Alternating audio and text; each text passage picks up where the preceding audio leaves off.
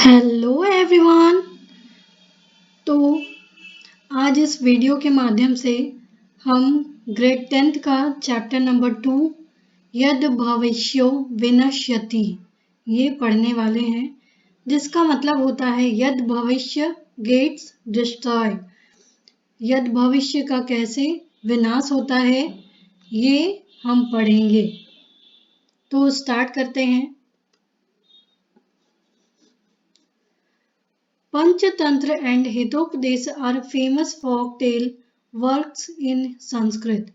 पंचतंत्र और हितोपदेश संस्कृत में प्रसिद्ध फोकटेल मतलब लोक कथाएं हैं। Animals are the characters through which preaching of wisdom has been imparted in very simple and natural way. Right from children to old age, everyone loved to listen to story. As one enjoy reading it, one finds easy to understand the moral inbuilt in the story.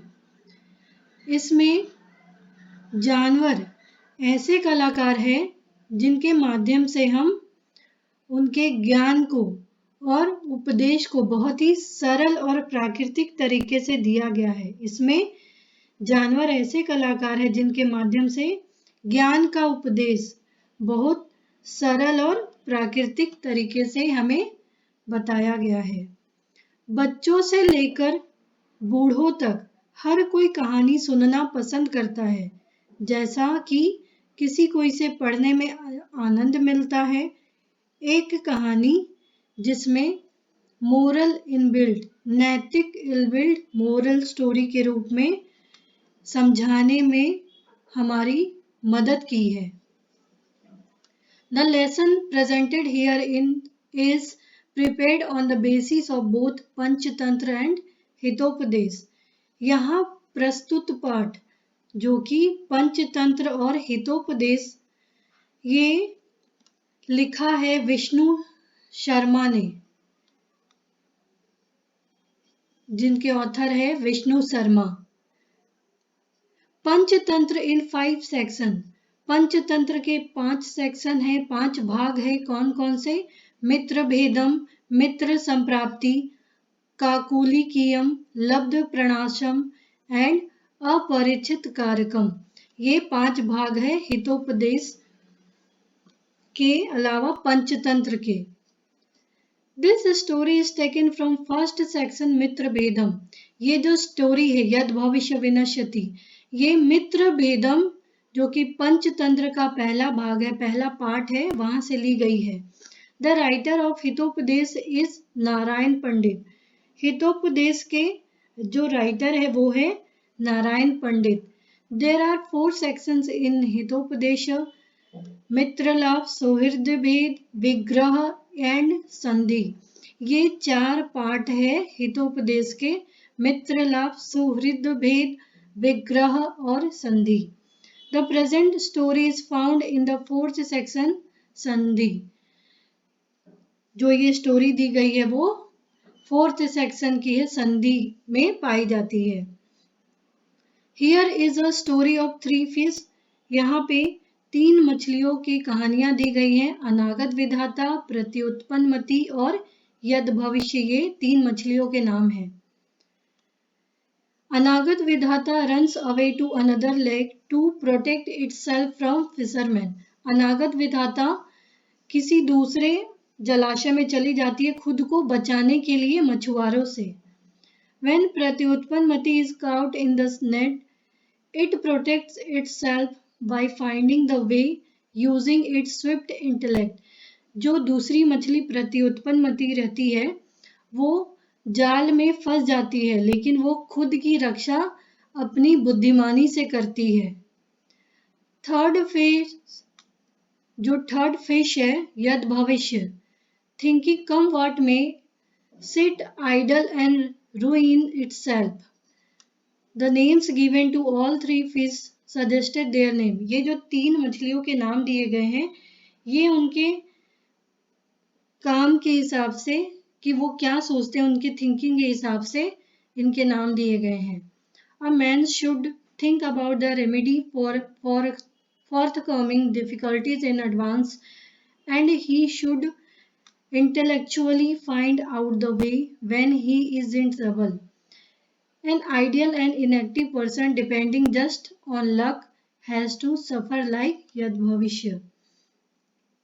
जो लोग रहते हैं, जो बुद्धिमान लोग रहते हैं, वो लोग अपनी बुद्धिमानी से जो भी सिचुएशन उत्पन्न हुई है उनका सामना करते हैं, लेकिन जो ऐसे भी लोग होते हैं जो अपने लक पे निर्भर रहते हैं, तो वो थी इस कहानी में यद भविष्य जो अपने लक पे निर्भर थी, और इसका क्या हाल होता है ये इस चैप्टर में पढ़ेंगे. स्टार्ट करते हैं. पूरा एकस्मिन् जलाशये अनागत विधाता प्रत्युत्पन्नमति यद भविष्य चेति त्रयो मत्स्य वसन्ति स्म. एक जलाशय में अनागत विधाता प्रत्युत्पन्नमति यद भविष्य, ये 3 नाम की मछलियां रहती थी. अथ च कदाचित् तम जलाशयम दृष्ट्वा धीव्रे उक्तम अहो बहुमतस्य अयम हृदय. एक दिन वहां उस जलाशय को देखकर धीवरे यानी मछुआरे ने कहा, अहो बहुमतस्य अयम हृदय, अरे ये तालाब में तो बहुत सारी मछलियां हैं. कदाचित अपि न अस्माभि अन्वेषिता, हम लोग तो पहले यहाँ कभी नहीं आए. तदद्य आहार वृत्ति संजाता, अभी तो भोजन की व्यवस्था हो गई है. श्व अत्रागम्य मत्स्य कुर्मादयो व्यापादितव्या इति निश्चय, कल हम लोग यहाँ आएंगे और मत्स्य मछलियों को और कुर्मादयो मछलियों को और कछुए को, इन दोनों को मार देंगे, ये निश्चित है. अथ तेषां तत्कुलिशोपम वचनम समाकर्ण्य मत्स्या परस्परम प्राहु. समाकर्ण्य सुनकर क्या हुआ कि मछुआरे की इस व्रज के समान बोली को सुनकर मछलियां आपस में बात करने लगी. श्रुतो अयम धीवरा लापा, सुनो मछुआरे की बातों को.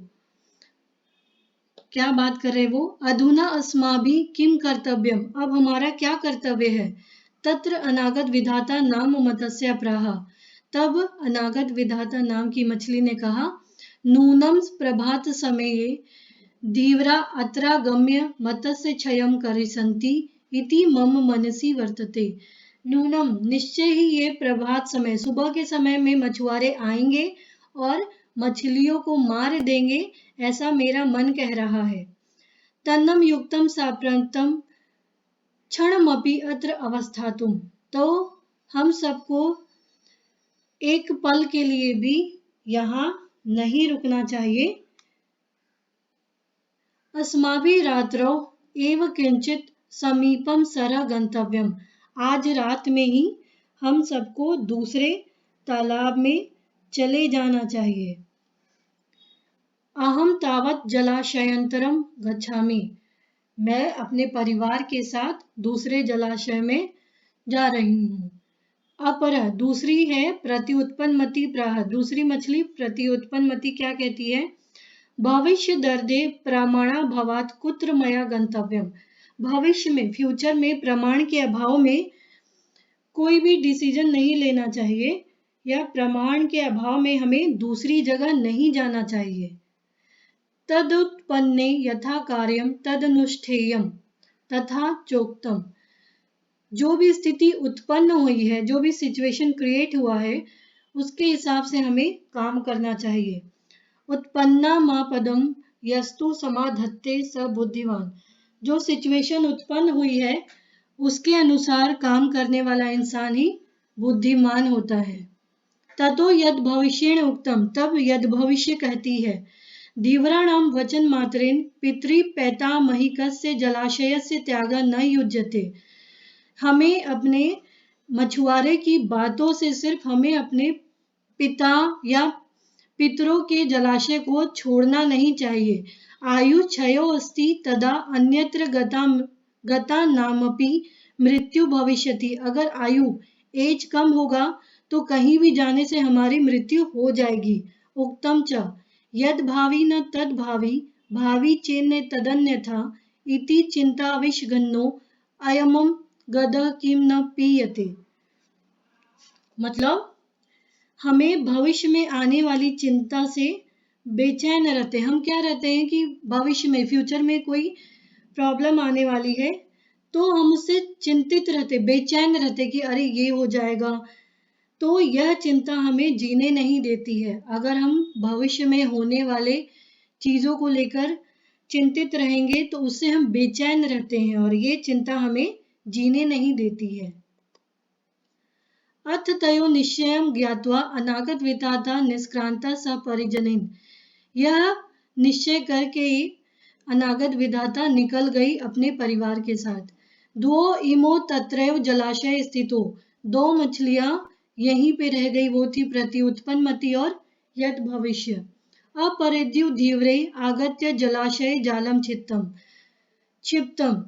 और अगले दिन वो मछुआरे आए और जलाशय में अपने जाल को फेंका।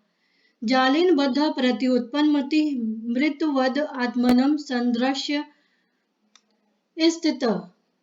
जाल में प्रत्युत्पन्नमति और यद भविष्य फंसी, लेकिन प्रत्युत्पन्नमति ने खुद को मरा हुआ ऐसा दिखाया मछुआरे को। मछुआरे को ऐसा लगा कि प्रत्युत्पन्नमति मर गई है। ततो जलाद अपसारिता यथाशक्ति उत्पुलत्य गंभीरम नीरम प्रविष्ट।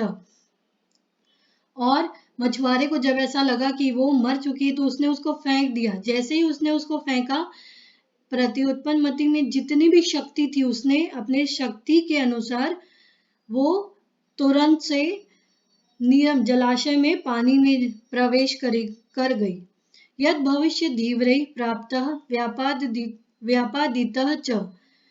और यद भविष्य मछुआरे के द्वारा मारी गई। अतः एवक्तम, इसलिए कहा गया है अनागत विधाता च प्रत्युत्पन्नमति तथा द्वावेतौ सुख मेधेते यद भविष्यो विनश्यति। अनागत विधाता और प्रत्युत्पन्नमति दोनों सुख से रहते हैं और यद भविष्य का विनाश हो जाता है।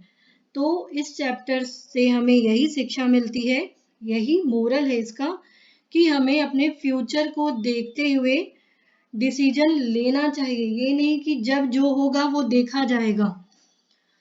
तो इस प्रकार से ये आपका चैप्टर यहीं समाप्त होता है। उम्मीद है आपको समझ में आया होगा।